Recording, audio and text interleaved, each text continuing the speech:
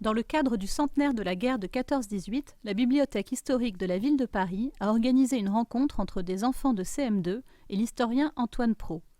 Président du conseil scientifique de la mission du centenaire, il est aussi l'auteur de La Grande Guerre expliquée à mon petit-fils. Mon petit-fils apprenait à lire et sa mère, qui faisait son devoir de mère, lui faisait lire une page tous les jours pendant les vacances. Alors j'ai dit, ma fille, écoute, je vais lui faire une page par jour, puis tu lui feras lire sur l'histoire de la guerre, ça l'intéresse et ça sera plus efficace. Et dès le premier jour, les problèmes de compréhension se sont posés. Quand vous écrivez la mobilisation ne s'est pas faite dans l'enthousiasme, ça apparaît simple, mais un enfant de 8 ans ne sait pas ce que c'est que l'enthousiasme. Il sait que c'est super, mais il ne sait pas que ce qui est super suscite l'enthousiasme. Et il ne sait surtout pas ce que c'est que la mobilisation. Donc si vous voulez être compris, il faut vous exprimer autrement. Monsieur, l'historien, vous avez quel âge? Oh, c'est une question indiscrète. J'ai 80 ans, mais je n'ai pas vu la guerre de 14. Hein, je suis né bien après la guerre de 14.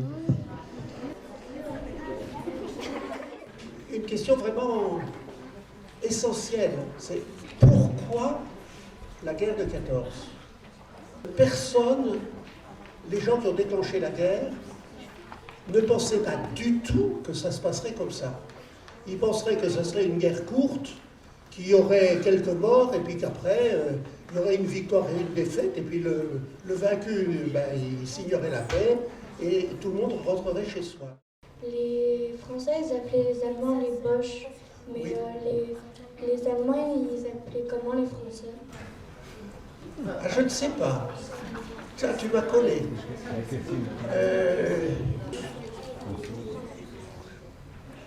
Oui, c'est une bonne question. Ils n'appelaient pas les Allemands seulement les Boches. Hein. Ils disaient aussi les Fritz ou les Fridolins. L'essentiel, ce sont des questions sur le vécu de la guerre, sur qu'est-ce que ça veut dire faire la guerre. Et c'est vrai que si on y réfléchit, ni les parents, ni les grands-parents de ces enfants n'ont fait une vraie guerre. L'expérience de la tranchée est une expérience que personne n'a dans notre société. Voilà. Oui, vous, là, elle lève le petit doigt, le grand doigt depuis le début. Les tranchées, il faisait combien de mètres de long?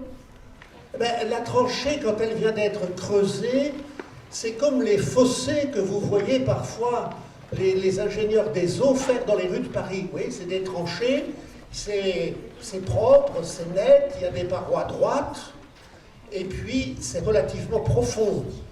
Une tranchée, il faut que vous puissiez marcher dedans sans que les balles vous touchent. Moi, je ne cherche pas à transmettre. Je n'ai pas de devoir de mémoire.